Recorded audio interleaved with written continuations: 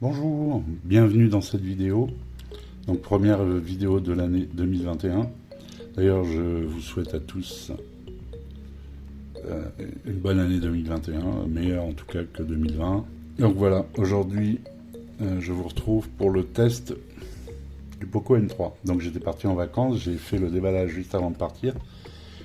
Et ici, je vais vous faire le test complet, comme d'habitude. Donc on va commencer par le design. Vous l'avez déjà vu dans le déballage, je vous mettrai en haut l'accès à la vidéo de déballage. Donc voilà, avec 3 capteurs, cette espèce de grande plaque. Alors l'inconvénient, c'est que ça prend les traces de doigts. À ce niveau-là, pas ici. Mais si vous mettez la coque, ça recouvre, donc ça va. Donc voilà, je vous redonne pas les caractéristiques, vous les avez dans la vidéo de déballage. C'est un téléphone avec une batterie de 6000 mAh, je rappelle, donc il n'est pas excessivement épais, on va dire, avec une batterie de 6000, ça va, quoi, ça reste raisonnable, on a une bonne prise en main. On a un écran donc de 6,53 pouces. On est clairement sur un concurrent du Redmi 9 en termes de, on va dire, le Redmi 9, et je dirais même qu'il est un peu mieux, parce que le Redmi 9, vous avez 4 capteurs, ici vous en avez 3. Vous avez un ultra grand angle, c'est ce que je trouve intéressant, plus intéressant qu'ici vous avez qu'une macro et une profondeur de champ, et un capteur principal.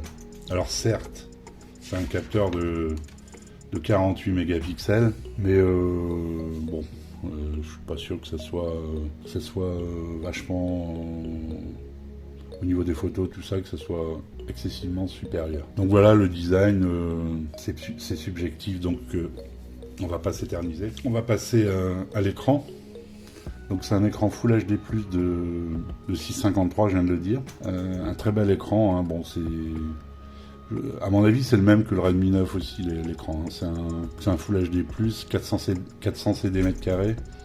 Donc au niveau luminosité, on va dire que c'est le minimum syndical, mais c'est suffisant. Après, pour avoir plus, il faut partir sur des gammes à 200 € au moins. Ici, on est sur un appareil qui est aux alentours, selon si vous l'achetez en Chine ou en Europe. Aux alentours, c'est un K64 entre 130, je dirais, et pour le 464, 130 et 150. J'étais sur l'écran, donc c'est un 10 touches, ça c'est classique aussi chez Xiaomi, ils sont tous 10 touches.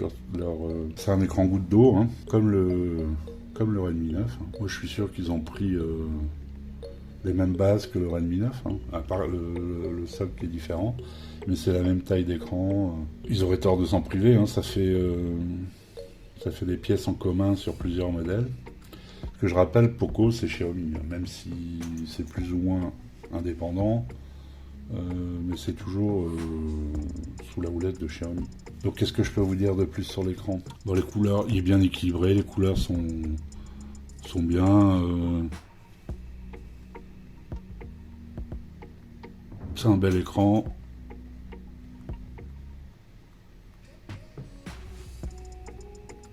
Je voulais vous montrer une vidéo éventuellement.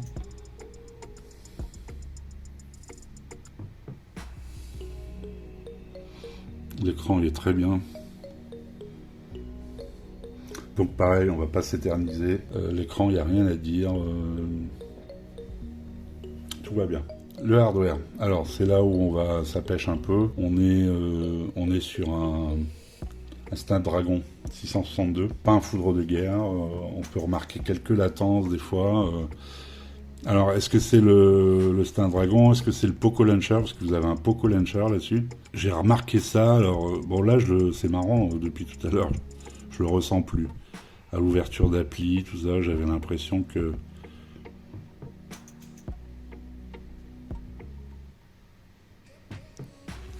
y avait un peu de latence, mais non, ça va. Là, finalement, ça va. Alors, est-ce qu'il y avait quelque chose qui fonctionnait en arrière-plan? C'est fort possible. Donc c'est un 4 Go de stockage en LPDDR4X, hein, et ce modèle-là en tout cas c'est un 64 Go de 4 Go de RAM, je voulais dire avant, et un 64 Go de stockage en UFS 2.2. Et d'ailleurs, je sais pas si on peut le voir ici, si on va dans les albums, vous voyez le test lecture-écriture excellent. On n'est plus sur les mémoires eMMC 5.0, on est sur du FS 2.2 et bon, c'est plus rapide pour les transferts avec le PC ou pour l'utilisation du téléphone. Donc je vous disais, c'est un Poco Launcher, donc avec le tiroir d'application. Alors on peut pas le désactiver. En fait, si on prend un Redmi 9, on peut mettre le tiroir d'application, comme le Poco Launcher. Voilà, c'est-à-dire qu'on peut avoir ça. Par contre, chez Poco, on peut pas l'enlever. On est obligé de rester avec le tiroir d'application, le Poco Launcher. Parce que moi, je préfère... Bon, après, c'est une question de goût. Hein. Moi, je suis pas fan de tiroir. Enfin, j'ai pas l'habitude, en tout cas. Donc voilà, moi, je préfère avoir tous mes icônes ici sur les pages d'accueil et sur le bureau. J'aurais dû le mettre en silencieux. Désolé. Donc voilà, donc le hardware 464, Snapdragon 662, avec un Adreno 610 pour la partie graphique. Alors j'ai fait un jeu, je vous mettrai tout à l'heure en incruse dans la vidéo. J'ai remarqué quelques lags, mais bon, je pense que vous pourrez quand même jouer avec PUBG. Si vous mettez pas la résolution trop haute, vous pourrez jouer sans problème. Il semblait bien que j'avais oublié quelque chose sur l'écran, c'est la protection du verre, le traitement du verre. C'est du Gorilla Glass 3. Vous avez un film de protection dessus. Je sais pas si vous allez le voir. En tout cas, il y en a un, faites-moi confiance. Donc voilà, on est sur 1812 avec le Poco Launcher. Bon, du coup, là, je remarque moins de latence. Alors, est-ce que c'est quand il y a beaucoup de choses en arrière-plan? Bah, quoique là, j'ai des choses en arrière-plan.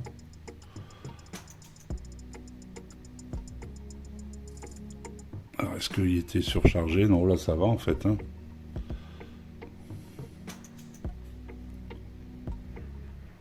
Ça va. Les applications s'ouvrent bien. Bon.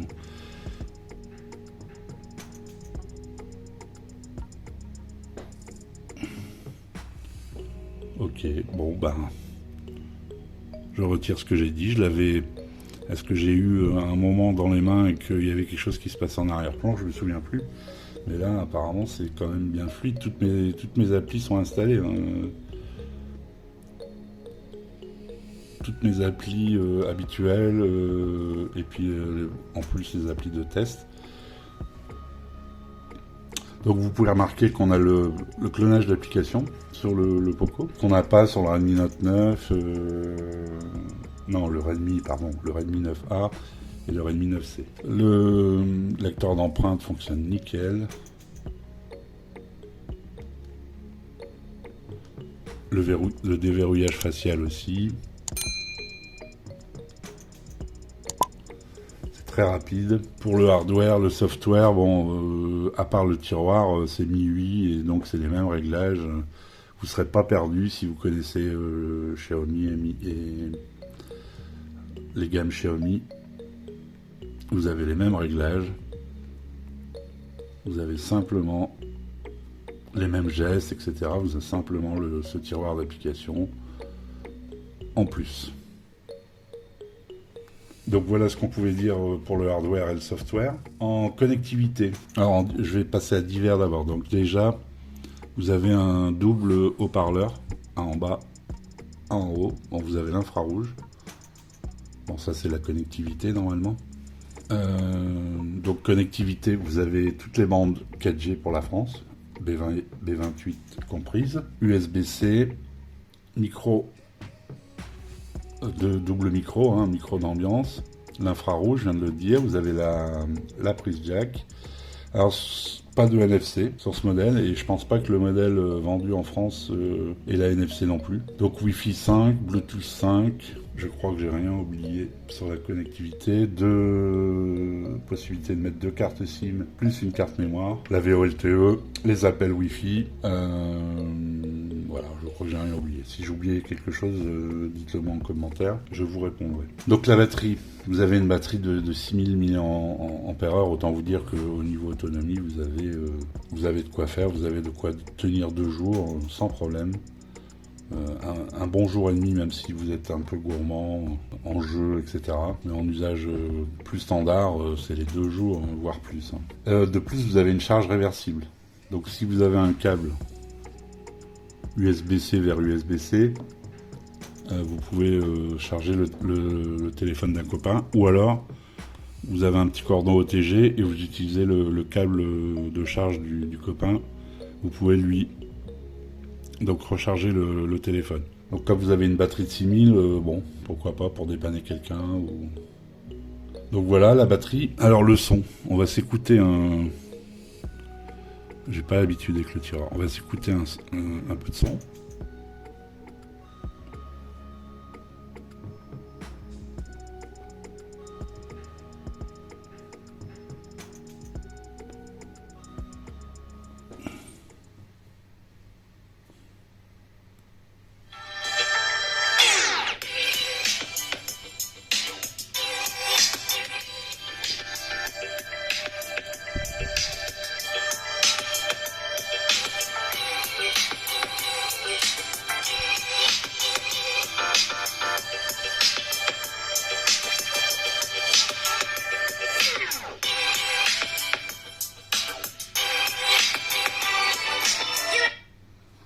Bon, le son, vous avez 2 haut-parleurs, mais clairement celui-là est beaucoup plus puissant.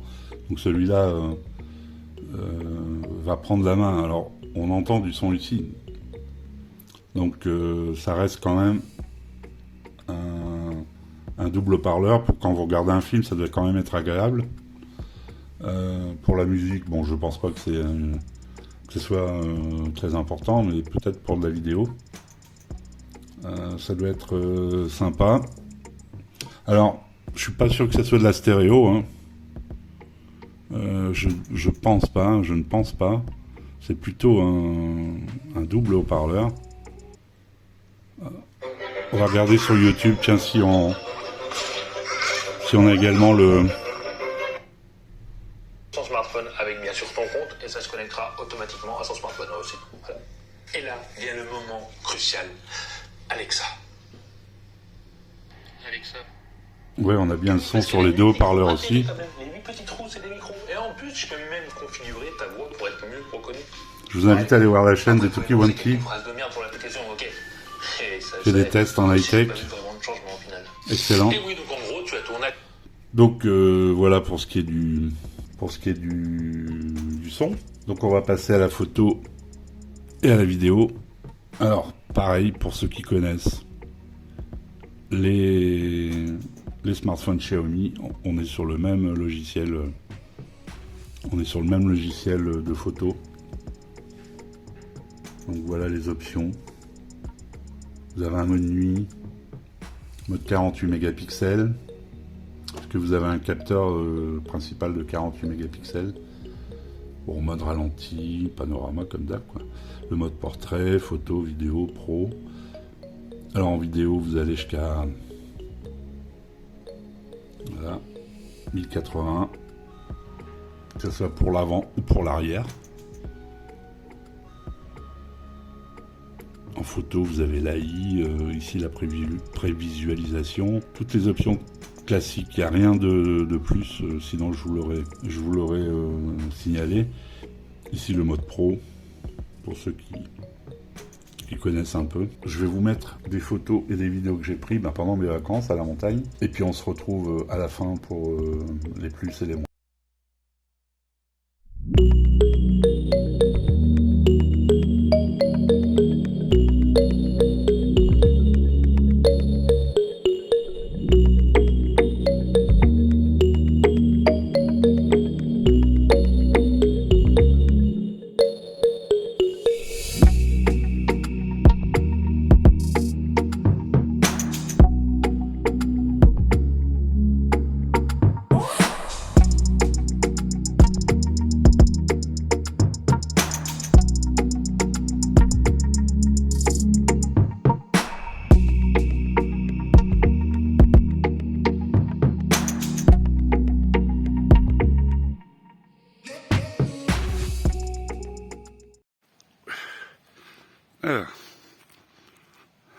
filme en 1080 30 fps.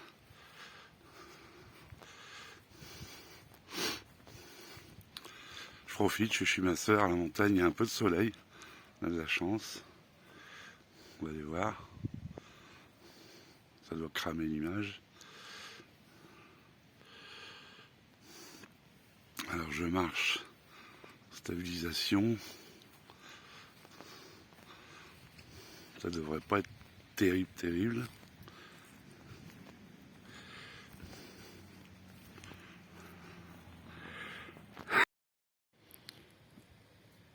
Alors ici je filme avec la caméra avant. Je sais pas ce que ça va donner. C'est un capteur de 8 mégapixels.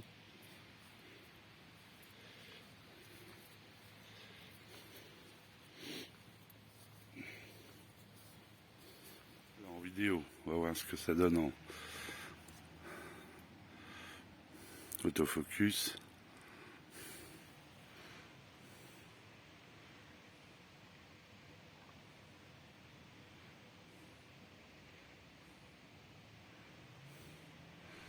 Donc nous voilà de retour après avoir vu les photos, donc pour les plus les moins. Donc les photos vous avez vu, bon j'ai eu de la chance d'avoir un peu de soleil là-bas chez ma soeur. Les photos il n'y a pas de problème particulier, en plein soleil de jour.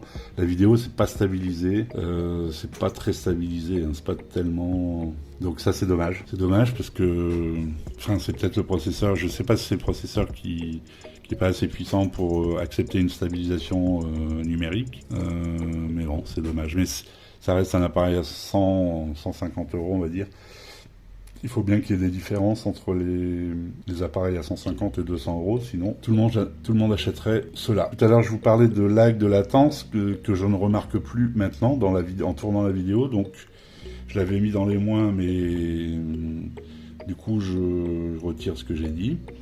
Par contre, dans les plus, j'ai mis l'écran. Voilà, c'est un très bel écran. Hein. La qualité-prix, hein, c'est un très bon smartphone pour 150 € au plus cher. Hein, c'est un bon smartphone, il n'y a aucun doute là-dessus. Donc, dans les moins, j'avais mis la latence. Et puis mais la latence, là maintenant ça va. Et puis j'avais mis le manque de stabilisation en vidéo. Mais bon. Comme je disais, c'est un appareil qui n'est pas très cher, donc forcément, il y a des choses que l'on n'a pas, que l'on aurait sur un appareil plus cher. Donc voilà, sympa ce petit téléphone. Bon, moi je l'ai touché sur AliExpress au tout début, hein, c'était une promo de... on va dire pas de précommande mais de lancement. Vous pouvez l'avoir toujours sur AliExpress dans les 125 € à peu près, en 4,64. Donc ça reste très correct. Après si vous voulez l'acheter en France, sur le site officiel, vous allez le trouver à, je crois, 159,99, un truc comme ça, pour le 4,64. Vous comptez 10 ou 20 € de plus pour le 128 Go. Ce qui n'est pas très cher hein, finalement pour le double de mémoire de stockage. Donc mes conclusions c'est que si ce téléphone vous plaît au niveau du design, je vous le conseille, il n'y a pas de souci. Vous pouvez y aller tranquille, vous ne serez pas déçus. Voilà, comme je disais tout à l'heure, si j'ai oublié quelque chose, n'hésitez pas à me poser des questions sous la vidéo, dans la description. Vous avez les liens, je vous mettrai les liens des meilleurs prix que je trouve. Et puis vous avez aussi dans la description vous avez un tas d'infos, notamment la chaîne des poteaux de la YouTusphère. Allez voir, n'hésitez pas à aller voir leur chaîne. Et voilà, je vous remercie de m'avoir suivi, je vous souhaite une bonne année 2021 et je vous dis à bientôt pour une prochaine vidéo. Ciao.